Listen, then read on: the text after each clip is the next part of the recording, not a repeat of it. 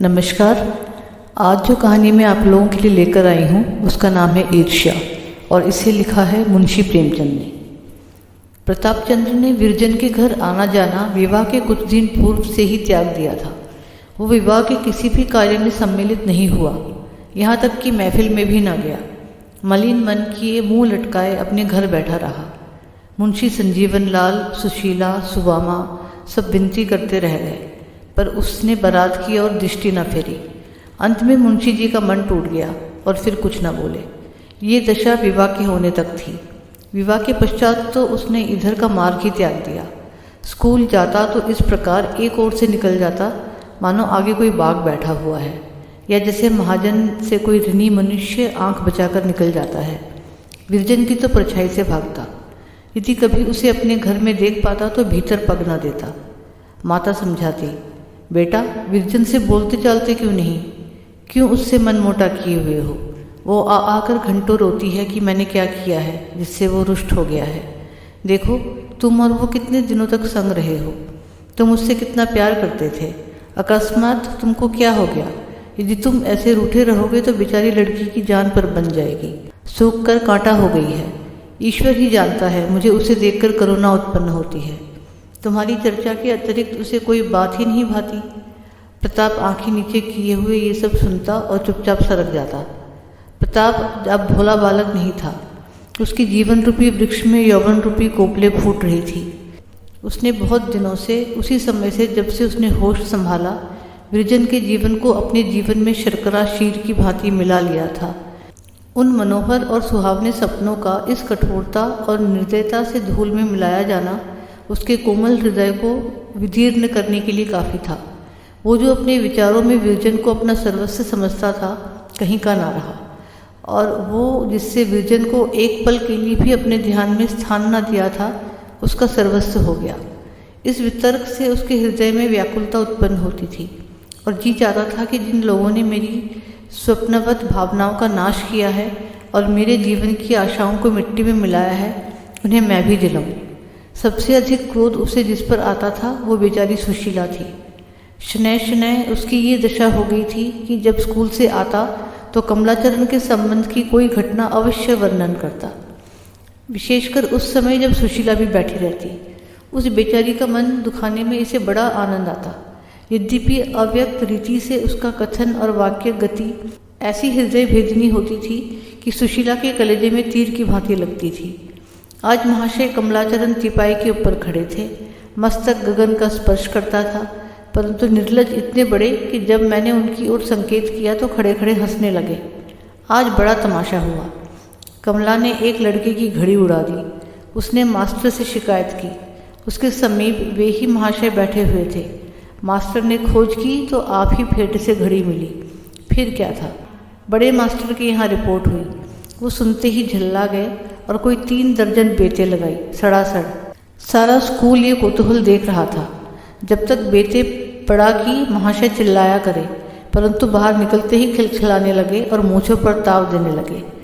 चाची नहीं सुना, आज लड़कों ने ठीक स्कूल के फाटक पर कमलाचरण को पीटा, मारते मारते बेसुध कर दिया। सुशीला ये बातें सुनती और सुन सुनकर कुड़ती। हाँ, प्रताप ऐसी कोई बात विरजन के सामने ना करता। यदि वो घर में बैठी भी होती तो जब तक चली ना जाती ये चर्चा ना छेड़ता। वो चाहता था कि मेरी बात से इसे कुछ दुख ना हो। समय समय पर मुंशी संजीवन लाल ने भी कई बार प्रताप की कथाओं की पुष्टि की। कभी कमला हाट में बुलबुल लड़ाते मिल जाता, कभी गुंडों के संग सिगरेट पीते, पान चबाते, बेढंगेपन से घूमता हुआ दिखाई देता। मुंशी जी जब जमाता की ये दशा देखते तो घर आते ही स्त्री पर क्रोध निकालते। ये सब तुम्हारी ही करतूत है। तुम्ही ने कहा था घर वर दोनों अच्छे हैं, तुम्ही रिझी हुई थी। उन्हें उस क्षण ये विचार ना होता कि जो दोषारोपण सुशीला पर है कम से कम मुझ पर ही उतना ही है। वो बेचारी तो घर में बंद रहती थी, उसे क्या ज्ञात था कि लड़का कैसा है। वो सामुद्रिक विद्या थोड़ी ही पड़ी थी। उसके माता पिता को सभ्य देखा, उनकी कुलीनता और वैभव पर सहमत हो गई। पर मुंशी जी ने तो अकर्मण्यता और आलस्य के कारण छानबीन न की। यद्यपि उन्हें इसके अनेक अवसर प्राप्त थे और मुंशी जी के अगिनत बांधव इसी भारतवर्ष में अब भी विद्यमान हैं जो अपनी प्यारी कन्याओं को इसी प्रकार नेत्र बंद करके कुएं में ढकेल दिया करते हैं। सुशीला के लिए विरजन से प्रिय जगत में अन्य वस्तु न थी। विरजन उसकी प्राण थी, विरजन उसका धर्म थी और विरजन ही उसकी सत्य थी। वही उसकी प्राणाधार थी, वही उसके नैनों की ज्योति और हृदय का उत्साह थी।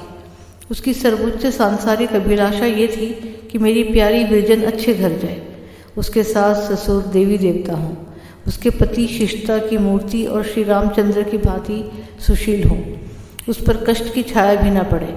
उसने मर मर कर बड़ी मिन्नतों से ये पुत्री पाई थी और इसकी इच्छा थी कि इन रसीले नैनों वाली अपनी भोली भाली बाला को अब मरण पर्यंत आंखों से अदृश्य ना होने दूंगी।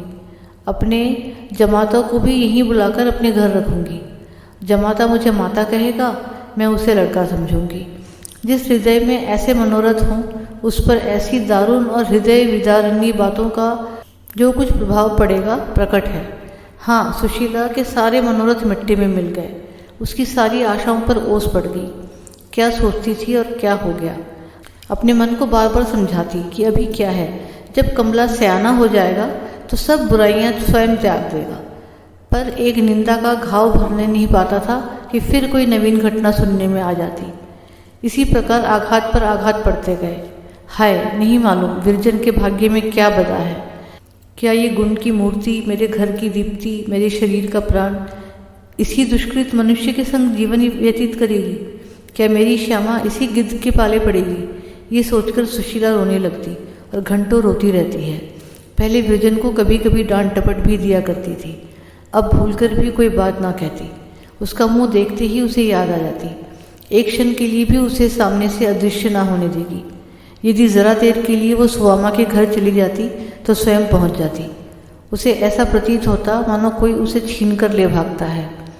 जिस प्रकार वाधिक की छुरी के तले अपने बछड़े को देखकर गाय का रोम रोम कांपने लगता है, उसी प्रकार विरजन के दुख का ध्यान करके सुशीला की आंखों में संसार सूना जान पड़ता था। इन दिनों विरजन को पल भर के लिए नेत्रों से दूर करते उसे वो कष्ट और व्याकुलता होती जो चिड़िया को घोंसले से बच्चे को खो जाने पर होती है। सुशीला एक तो यूं ही जीर्ण रोगिणी थी, उस पर भविष्य की असाध्य चिंता और जलन ने उसे और भी धुला डाला। निंदाओं ने कलेजा छलनी कर दिया।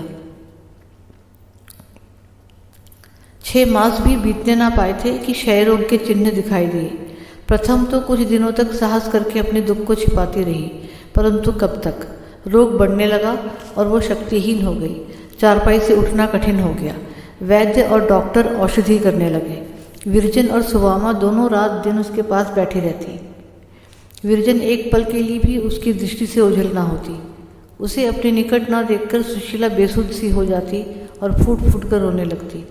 मुंशी संजीवन लाल पहले तो धैर्य के साथ दवा करते रहे, पर जब देखा कि किसी उपाय से कुछ लाभ नहीं होता और बीमारी की दशा दिन दिन निकृष्ट होती जाती है, तो अंत में उन्होंने भी निराश हो उद्योग और साहस कम कर दिया। आज से कई साल पहले जब सुवामा बीमार पड़ी थी, तब सुशीला ने उसकी सेवा शुश्रूषा में पूर्ण परिश्रम किया था। अब सुवामा की बारी आई। उसने पड़ोसी और भागिनी के धर्म का पालन भली भांति किया। रुग्ण सेवा में अपने गृह कार्य को भूल सी गई। 2-2, 3-3 दिन तक प्रताप से बोलने की नौबत न आई। बधुओं वो बिना भोजन किए ही स्कूल चला जाता, परंतु कभी कोई अप्रिय शब्द मुख से न निकालता।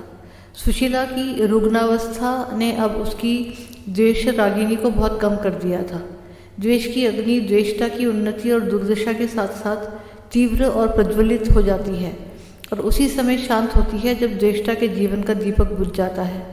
जिस दिन विरजन को ज्ञात हो जाता है कि आज प्रताप बिना भोजन किए स्कूल जा रहा है, उस दिन वह काम छोड़कर उसके घर दौड़ी जाती और भोजन करने के लिए आग्रह करती, पर प्रताप उससे बात न करता, उसे रोता छोड़ बाहर चला जाता। निस्संदेह वो विरजन को पूर्णतः निर्दोष समझता था, परंतु एक ऐसे संबंध को जो वर्ष 6 मास में टूट जाने वाला हो, वो पहले से ही तोड़ देना चाहता था। एकांत में बैठकर वो आप ही आप फूट फूट कर रोता, परंतु प्रेम की उद्वेग को अधिकार से बाहर ना होने देता। एक दिन वो स्कूल से आकर अपने कमरे में बैठा हुआ था कि विरजन आई। उसके कपोल अश्रु से भीगे हुए थे और वो लंबी लंबी सिसकियां ले रही थी। उसके मुख पर इस समय कुछ ऐसी निराशा छाई हुई थी कि उसकी दृष्टि कुछ ऐसी करुणोत्पादक थी कि प्रताप से ना रहा गया। सजल नैन होकर बोला, क्यों विरजन, रो क्यों रही हो? विरजन ने कुछ उत्तर ना दिया, वरन और बिलक बिलक कर रोने लगी। प्रताप का गांभीर्य जाता रहा।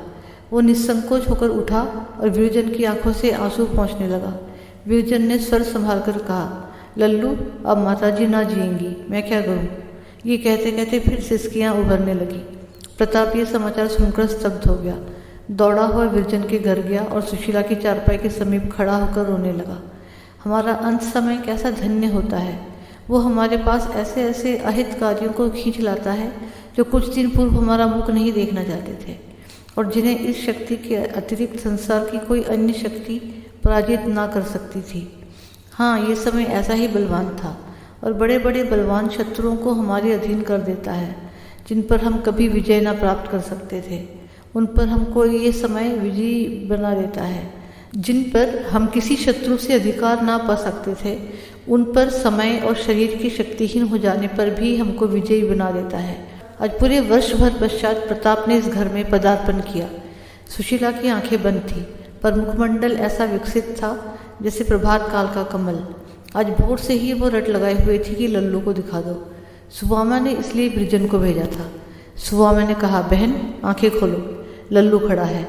सुशीला ने आंखें खोल दी और दोनों हाथ प्रेम बाहुल्य से फैला दिए। प्रताप के हृदय से विरोध का अंतिम चिन्ह भी विलीन हो गया। यदि ऐसे काल में भी कोई मत्सर का मैल रहने दे तो वह मनुष्य कहलाने का हकदार नहीं है। प्रताप सच्चे पुत्रवत भाव से आगे बढ़ा और सुशीला के प्रेमांक में जा लिपटा। दोनों आधे घंटे तक रोते रहे। सुशीला उसे अपने दोनों बाहों में इस प्रकार दबाए हुए थी मानो वो कहीं भागा जा रहा हो। वो इस समय अपने को सैकड़ों धिक्कार दे रहा था कि मैं ही इस दुखिया का प्राणहारी हूँ। मैंने ही द्वेष दुरावेग के वशीभूत होकर इसे इस गति को पहुँचाया है। मैं ही इस प्रेम की मूर्ति का नाशक हूँ। ज्यों ज्यों ये भावना उसके मन में उठती, उसकी आंखों से आंसू बहते। निदान सुशीला बोली, लल्लू अब मैं 2-1 दिन की और मेहमान हूँ। मेरा जो कुछ कहा सुना हो क्षमा करो। प्रताप का स्वर उसके वश में न था, इसलिए उसने कुछ उत्तर ना दिया। सुशीला फिर बोली, न जाने क्यों तुम मुझसे रुष्ट हो। तुम हमारे घर नहीं आते, हमसे बोलते नहीं। जी तुम्हें प्यार करने को तरस तरस कर रह जाता है, पर तुम मेरी तनिक भी सुधि नहीं लेते। बताओ अपनी दुखिया चाची से क्यों रुष्ट हो? ईश्वर जानता है मैं तुमको सदा अपना लड़का समझती रही। तुम्हें देखकर मेरी छाती फूल उठती है। ये कहते कहते निर्बलता के कारण उसकी बोली धीमी हो गई, जैसे क्षितिज के अथाह विस्तार में उड़ने वाले पक्षी की बोली प्रतीक्षण मध्यम हो जाती है, यहाँ तक कि उसके शब्द का ध्यान मात्र शेष रह जाता है। इसी प्रकार सुशीला की बोली धीमी होते होते केवल साएं साएं रह गई।